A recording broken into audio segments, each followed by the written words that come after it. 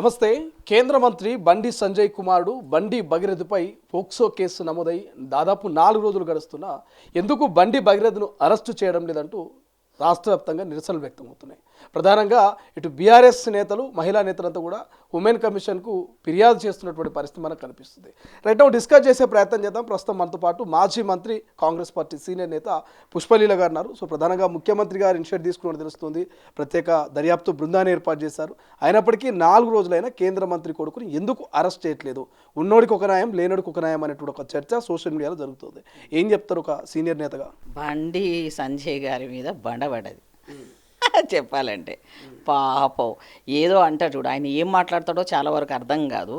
ఇప్పుడు ఆ అర్థం కాని భాష లోపల ఆయన కొడుకు చేసిన దానికి పాపం ఏడవాలు, నవ్వాలు ఎక్స్ప్రెషన్ చేయలేక పాపం మొన్న మోదీ వచ్చినప్పుడు ఆయన మాటలు విని అన్నా మీరున్నారన్నా అంట. మొన్న మోడీ సభలో బండి సంజయ్ మాట్లాడుతున్నారు, నా మీద కుట్ర చేస్తున్నారు, నా మీద బురద చల్లుతున్నారు, నేను ఖచ్చితంగా బీజేపీ పార్టీని నమ్ముకున్న జై శ్రీరామ్ నిదానంతో తెలంగాణలో రాబోతున్నామని నేను కామెంట్ చేస్తా ఉన్నాను.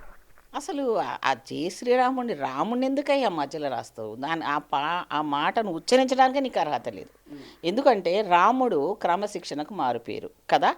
ఆ క్రమశిక్షణలో నువ్వు తండ్రిగా నీ కొడుకుకి ఏం క్రమశిక్షణ నేర్పించినవు? ఆ మాట పాపం ఆ దేవుడు కూడా వస్తే ఇప్పుడు బాధపడతాడు. ఎందుకంటే ఆ రోజు దశరథ మహారాజు కొడుకులాగా ఆ తండ్రి మాటని జవదాటకుండా ఆ పెంపకాన్ని ఎట్లాగైతే ఉన్నారో లీడర్లం అందరం కూడా ఒక మార్గదర్శకంగా ఉండాలి. అందులో ఇప్పుడు నువ్వు సెంట్రల్ మినిస్టర్వి.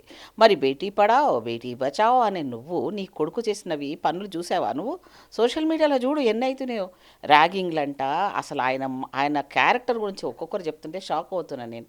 మరి నువ్వు ఏం ఉద్ధరిస్తున్నావు అంటే ముందు నీ ఇల్లు చక్కబెట్టుకోకుండా నువ్వు దేశాన్ని ఉద్ధరించే పని ఎవడు నమ్ముతాడు? ఇప్పుడు సరే జరిగిపోయింది. ఆ అమ్మాయి విషయంలో నువ్వు చాలా ప్రయత్నం చేసినావు. నువ్వు సెంట్రల్ మినిస్టర్ కదా. గతంలో ఏదన్నా చిన్న పొరపాటు, ఒక రైల్వే మంత్రి ఉంటే చిన్న పొరపాటు యాక్సిడెంట్ అయితే ఆయన ప్రమేయం లేకుండా జరిగిందాన్ని కూడా బాధ్యత వహించి రాజీనామా చేసేవాడు. ఇప్పుడు నీవు కూడా నీ కొడుకు చేసిన తప్పులో నువ్వు ఇన్ఫ్లుయెన్స్ చేస్తున్నావని, నువ్వు పోలీసులని కేసుల విషయంలో ఎక్కువ చేయకుండా ఉన్నావని, ఇవన్నీ వాళ్ళ మీద ప్రెషర్స్ పెడుతున్నారని అమ్మాయి వాళ్ళు భయపడిపోతున్నారు. మాకు కూడా పొద్దున ఏమైనా హాని జరుగుతుందేమని. మరి బండి సంజయ్కి ఎందుకు అసలు బండ పడ్డట్టు అయింది? ఇప్పుడు నెత్తి మీద పెద్ద బండ పడ్డట్టు అయింది. ఆ బండని ఇప్పుడు తీసుకోవాలంటే ఆయన కెరీరే ఖతమైపోతట్టుంది. ఎందుకు అంటే ఇప్పుడు మొత్తం పార్టీలకు అతీతంగా దీని ఒక ఉద్యమంలాగా తీసుకుపోతామని అందరూ వార్నింగ్ ఇస్తున్నారు. నా ప్రశ్న ఏంటంటే, మీ పార్టీలో మహిళలు లేరా? బీజేపీ పార్టీలలో మహిళలు లేరు కాబట్టి అందుకే మాట్లాడతలేరా? మరి మీ పార్టీలో ఉన్న మహిళలు వాళ్ళ ఆడపిల్లలు కదా. బేటీ పడావో అని చెప్పిన మీ పార్టీకి, బేటీని బచావో అని చెప్పే మీ పార్టీ బిడ్డలకు, ఆడబిడ్డలకు మీ కొడుకు తప్పు గురించి ఒక్క మాట మాట్లాడట్లేదే.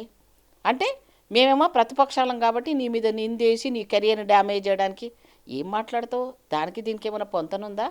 నువ్వు మాట్లాడడానికి అర్థం ఉందా? అందుకని నేనేమంటా, బండి సంజయ్ గారు మీరు ఒక పని చేయండి. ఏ ఆడబిడ్డ అయినా మన ఆడబిడ్డే అనుకోవాలి ఫస్ట్. ఆ బిడ్డ డబ్బులు అడిగిందని అంటున్నావు, తప్పు అది. ఆ బిడ్డ వాళ్ళు డబ్బులు ఉన్నవాళ్ళే. మీ వాడు ఇదివరకు ఇట్లా చేసిన దానికి ఏదో రకంగా చేసి మళ్ళీ ఆ అమ్మాయిని ఏదో మభ్యపెట్టి మళ్ళీ ఫామ్ హౌస్ తీసుకొచ్చి అంతమంది ఫ్రెండ్స్ తోటి చేసి కొట్టడాలు అవన్నీ వైరల్ అయిపోయిన తర్వాత ఇదంతా కుట్ర అంటే రేవంత్ రెడ్డి గారు ఉన్నారా? దాని వెనకాల కాంగ్రెస్ పార్టీ ఉందా?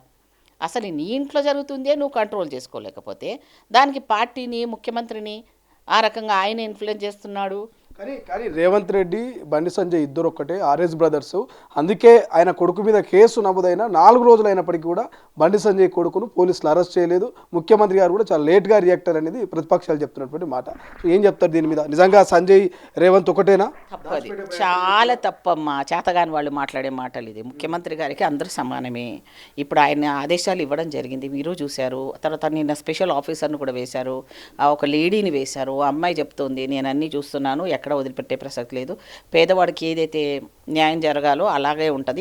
ఇక్కడ అన్యాయం జరిగింది అమ్మాయికి కాబట్టి నేను బాగా స్ట్రిక్ట్గా దీని మీద నేను తీసుకుంటున్నాను, డెఫినెట్గా యాక్షన్ ఉంటుంది అని చెప్తున్నాము. ఇప్పుడు అందరూ యావత్ భారతదేశంలో ఉన్న వాళ్ళకి అందరికీ కళ్ళు తెలిసినట్టు అయిపోయింది ఇప్పుడు. ఎందుకంటే అధికారం ఉంటే కన్ను మీను కానకుండా ఉంటారు, ఈ రకంగా అధికారాన్ని దుర్వినియోగం చేస్తారు. అందులో పిల్లల విషయం లోపల అధికారం వచ్చిన తర్వాత ఫ్యామిలీని నెగ్లిజెన్స్ చేసే వాళ్ళకందరికీ బుద్ధి రావాలి ఇది చూసి. ఎందుకంటే ఆయన పదవిని పణంగా పెట్టాడు పిల్లోడు, అంతే కదా. ఇప్పుడు ఆయన మాట్లాడలేకపోతున్నాడు. అసలు చాలా ఘోరము. ఇప్పుడు ముక్త్ భారత్ అంటున్నారు, డ్రగ్ డ్రగ్స్ లేకుండా చేయాలి అనేది మన భారతదేశంలో అందరం మనం ఒక యూత్ మన 70% ఉన్నాము. ఈ యూత్ అంతా కూడా డ్రగ్లు తీసుకోవడమో, మత్తు మందులకు ఇదైపోవడమో, సిగరెట్లు తాగడమో, ఏదో ఒక కోణం లోపల బానిసలు అయిపోతున్నాం కదా. అసలు నేను ఛాలెంజ్ ఇస్తున్నా మీ బీజేపీ పార్టీల అధ్యక్షుడి దగ్గర నుంచి మా పార్టీలో ఉన్న వాళ్ళందరినీ కూడా, ఎవరైనా సరే పొలిటికల్ లీడర్ల పిల్లలైనా, పొలిటికల్ లీడర్స్, పార్లమెంట్ సభ్యులు ఫస్ట్, ఎమ్మెల్యేలు, వీళ్ళందరూ కూడా ఈ గుట్కా తింటున్నారా లేదా, డ్రగ్స్ వాడుతున్నారా లేదా, అందరికి ఒక టెస్ట్ చేయాలి. రేవంత్ రెడ్డి గారు ఎప్పుడో చెప్పారు, అందరూ రెడీ, స్వచ్ఛందంగా రండి. ఇప్పుడు ఏమవుతుందంటే, నేను చాలామందిగా వాళ్ళ పేర్లు చెప్పాను, చూస్తుంటే అసహ్యం, దౌడకు పెట్టుకునే ఉంటారు, మాట్లాడుతూ ఉంటారు. అందులో వీళ్ళ పార్టీ వాళ్ళు ఎక్కువ మంది ఉన్నారు. ఇక నార్త్లో అయితే అది రోజు విచ్చలవిడిగా నడుస్తుంటారు. నార్త్లో నేను చూశాను అక్కడ డ్రగ్స్. ఇక్కడ చూస్తేనేమో అది ఇట్లా చున్నమ్మ ఏదో ఉంటుందట అనుకుంటా, తంబాకంట, అది ఇట్లా వేసుకొని నోట్లో వేసుకొని ప్రతి వాడు ఒక ఫ్యాషన్ అయిపోయింది. దానికి ఎడిక్ట్ అయిపోతున్న యూత్ను మరి దీన్ని కంట్రోల్ చేస్తానని మీ గవర్నమెంట్ ఒక ప్రోగ్రాంలు పెట్టి ఇది చేస్తున్నారంటే ఎంత సిగ్గుచేటు మనకు. ముందు అది ఆపేద్దాం. ఇప్పుడు మద్యపాన నిషేధం అనేది మొత్తం మద్యపానం కాకపోయినా దాన్ని గ్రాడ్యువల్గా ఎట్లాగైతే చేస్తామో, ప్రతి ఇంట్లోంచి గవర్నమెంట్ నీ పిల్లగాన్ని గమనించదు. మన ఇంట్లో మన పిల్లల్ని మన తల్లే గమనించాలి ఫస్ట్. వాళ్ళు ఏదైనా చేంజెస్ ఉందా, మన ఫ్రెండ్షిప్లో ఏమైనా ఉందా, వాడు ఎట్లా బిహేవ్ చేస్తున్నాడు. ఒక సర్టన్ ఏజ్ వచ్చిన తర్వాత పిల్లలు చాలా మార్పులు వస్తాయి.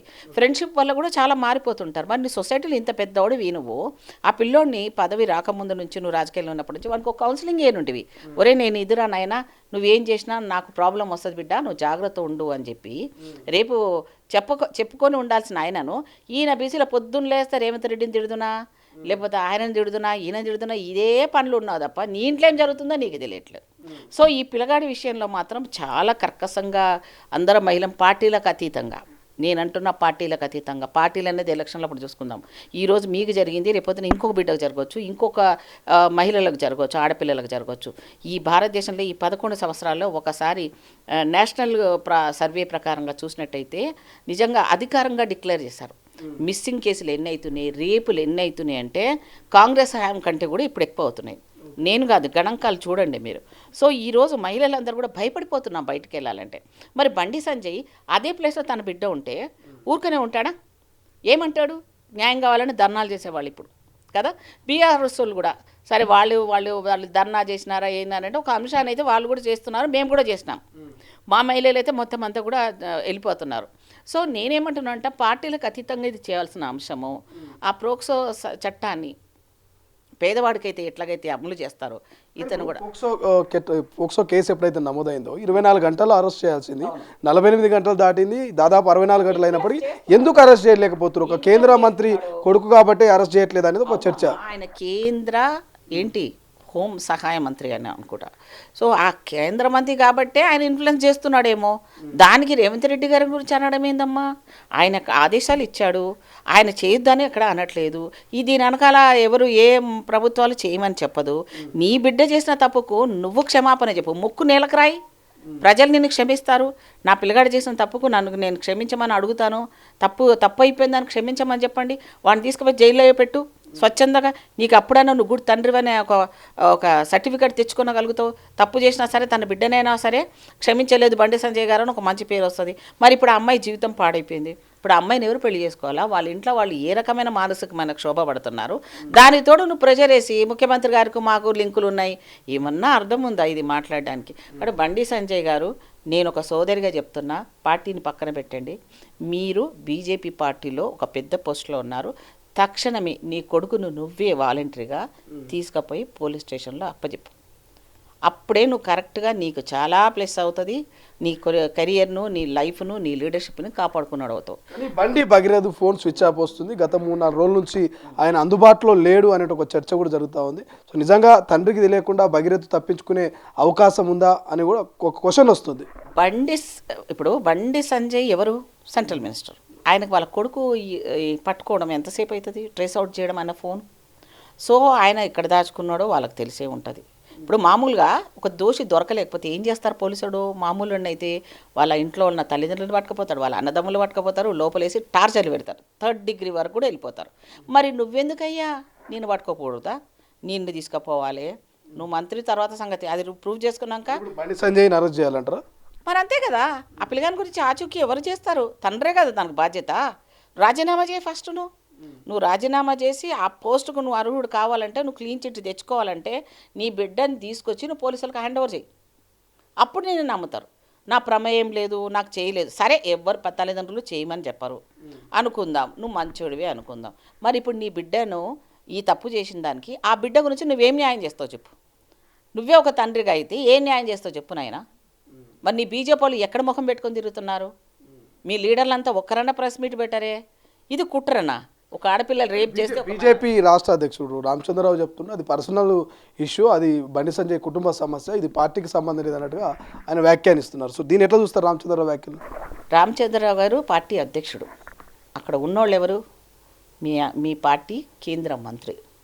మీరు అది పర్సనల్ ఎట్లా అంటారండి? ఒక లీడర్ అంటే ఆయన వ్యక్తిగతం కూడా ప్రజలకే.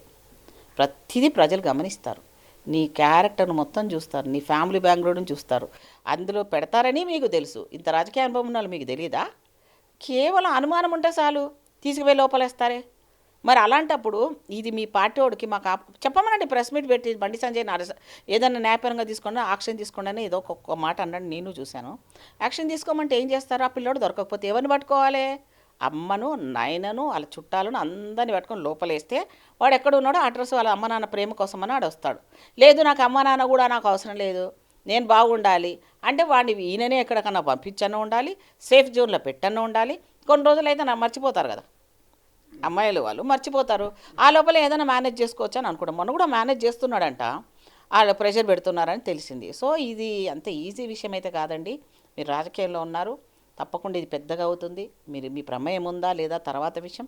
మీ బిడ్డ చేసిన తప్పుకు మీరు బాధ్యత వహించి ఒక గుడ్ ఫాదర్గా ఈ సమాజంలో మీ పార్టీ చూసుంటారా, మీ పార్టీ వాళ్ళు ఎలా తప్పించుకున్నారు? వాళ్ళ పర్సనల్ అంటున్నారు. మరి ఒక కేంద్ర మంత్రి మా పార్టీలో ఉన్నాడండి, ముందు రాజీనామా చేయమని అనే దమ్ము మీ అధ్యక్షుడికి ఉందా? మీ మోదీకి తెలుసా ఈ సబ్జెక్ట్? తెలియదా? తెలుసు, అయినా అన్నారు. ఎందుకన్నారు? అవతల ఆయన పోస్టు, ఆయన లెవెల్లో వాళ్ళ ఇమేజ్ డ్యామేజ్ కాకుండా చూసుకుంటున్నారేమో తప్ప ఆయన నమ్ముతారా ఇంకా జనాలు? అయిపోయింది బండి సంజయ్ సంగతి కల్లాస్. తెలంగాణ భాషలో చెప్పాలంటే కల్లాస్ అయిపోయింది అన్న పని. తలకాయ కిందికి పెట్టినా కాళ్ళు మీదికి పెట్టినా బండి సంజయ్ గురించి కానీ వాళ్ళ ఫ్యామిలీ గురించి కానీ ఈ అబ్బాయి గురించి కానీ తెలిసిన వాళ్ళు ఎవ్వరు కూడా క్షమించరు. ఇక ఏ ముఖం పెట్టుకొని ఈయన ఎలక్షన్లకు పోతాడు, ప్రజల దగ్గరికి పోతాడు. ఇప్పుడు రేపుల గురించి మాట్లాడాలన్నా, లేదా ఆడవాళ్ళ గురించి మాట్లాడాలన్నా, బేటీ పడావో అన్నా, మహిళా బిల్లు గురించి మాట్లాడాలన్నా ఇవన్నిటి వీళ్ళకి అడిగే అర్హత లేదు. వీళ్ళు మాట్లాడడానికి అసలు వీళ్ళ పార్టీ ఈయనకు సపోర్ట్ కూడా చేయదు. కొన్ని రోజులు ఆగండి, చేస్తారు. ఇప్పుడే చూడు రాజాసింగ్ ఎట్లా సపరేట్గా మాట్లాడుతున్నాడు.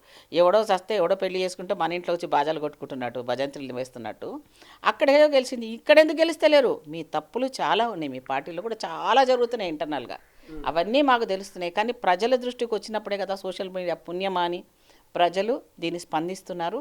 మీడియాకు హ్యాట్సప్, సోషల్ మీడియాకు హ్యాట్సప్. లేకపోతే వీళ్ళంతా తొక్కి పెట్టాలన్నా ఈ సబ్జెక్ట్ చూపించినందుకు వాళ్ళందరికీ ఒక మదర్గా నేను ధన్యవాదాలు చెప్తున్నాను. ఆ పిల్లకి న్యాయం జరగాలి, అప్పటి వరకు వదిలిపెట్టే ప్రసక్తి లేదు.